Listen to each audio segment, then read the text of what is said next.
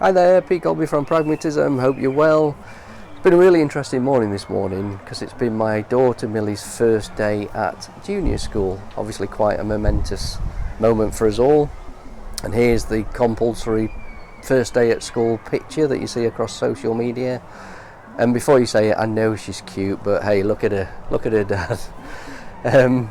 But seriously, it's been quite a difficult morning as well, because although Millie's quite a confident individual, as we got to school today, she had this sudden drop of confidence, and we had tears and she was clinging on to me and things like that, which is obviously quite traumatic for me and for her, and hopefully she's okay now. You can probably hear some kids in the background. We actually live right next to the school, so hopefully one of those is Millie enjoying playtime at the minute. But it got me thinking about employees, and employees that have, just like Millie's just had 6-7 weeks, whatever it is that they have off school. Employees that have quite long periods away from the workplace. So typically people who are long-term sick, or a classic is maternity leave. So ladies that have been on maternity leave for several months, often up to a year, out of the workplace.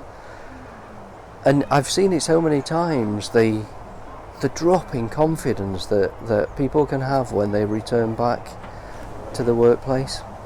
And as leaders, it's really important for us during that time that they're away to, where appropriate, to keep in touch with those employees and to keep them informed on what's happening.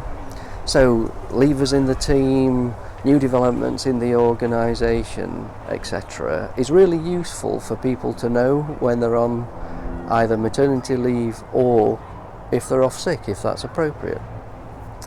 And if you take maternity leave as a classic example, what I often refer to as keeping in touch days are really, really important, because in my experience, ladies often think that because they're on maternity leave and they're focusing on what's absolutely amazing thing, their new child, and getting used to their new life with that new child, etc. But they tend to often think that the world's changed at work. For some reason, they won't be any good at their job anymore. They've forgotten all their key skills. People won't remember them, they won't know many people, etc. And as they start to think about coming back to work, they start to really worry and have this drop in confidence.